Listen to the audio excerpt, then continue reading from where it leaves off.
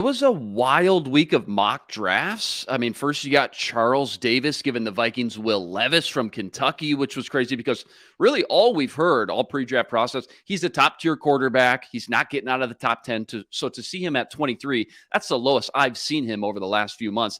2 days later, you got Daniel Jeremiah giving the Vikings Hendon Hooker from Tennessee. He's been a highly polarizing player. People seem to be on the fence on pretty split discussion when it comes to Hendon Hooker. A lot of people think he's a second or third round guy at most. So to see him that high obviously caused a lot of discussion. Then just a few days ago, you got Mike Tannenbaum, former New York Jets GM, puts Hendon Hooker all the way in the top 5 to Seattle. So I think it's just time people realize Hendon Hooker is going to go in the first round, whether you like it or not. He's the most accurate quarterback in the SEC last year, the toughest conference in the country, 28-2 touchdown to interception ratio before the ACL tear. And people love to talk about the Tennessee gimmicky offense.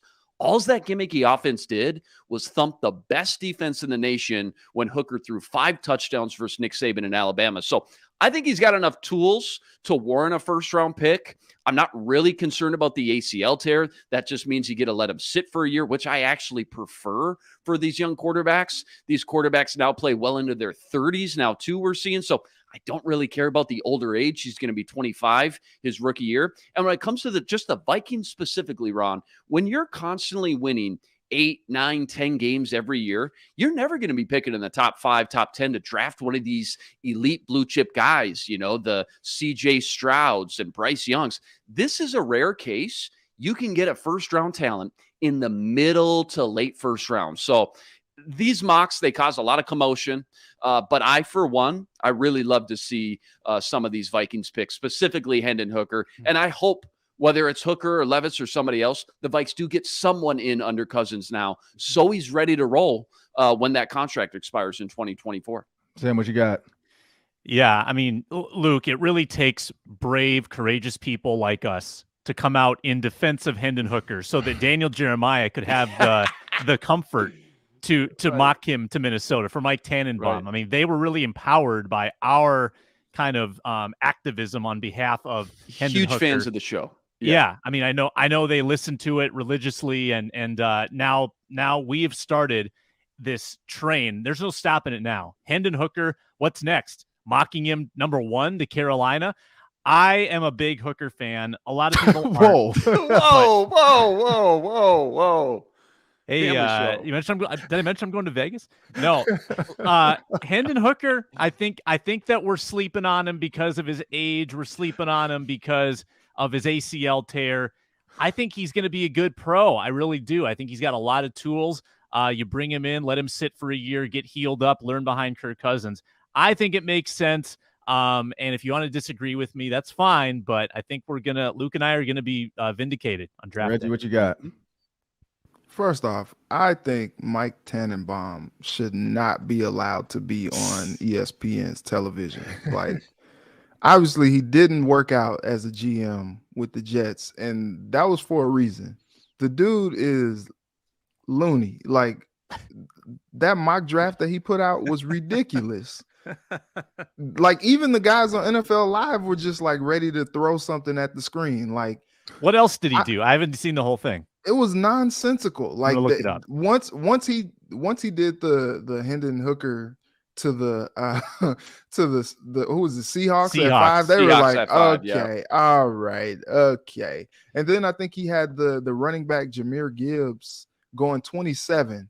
And in this day and age, like, having that be not Bijan, but having that be the running back that goes in the first round, like that.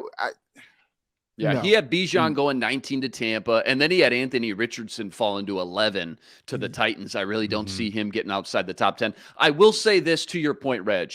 I don't think Hendon Hooker's going top 5. I really don't. I think this was fun to talk about, and stir up some discussion. I still like him for the Vikings at pick 23. Maybe they got to even trade up a couple spots with Seattle, for example, up to 18, 17 to make sure Detroit or Seattle doesn't snipe them with their second pick. But a lot of times these mock drafts, Of course, a lot of it, maybe half or so is just based on their evaluation and the tape they've watched of that player. But the other half is also what they're hearing. And he's a former GM for New York. Like you said, didn't work out, but he's got a lot of ties. And this is what I'll say, though. This is what I'll say about him. Former GM, has a lot of ties. It is not about the film. This is the problem with GMs versus scouts. There are certain scouts that watch the film, and I'll start my clock now.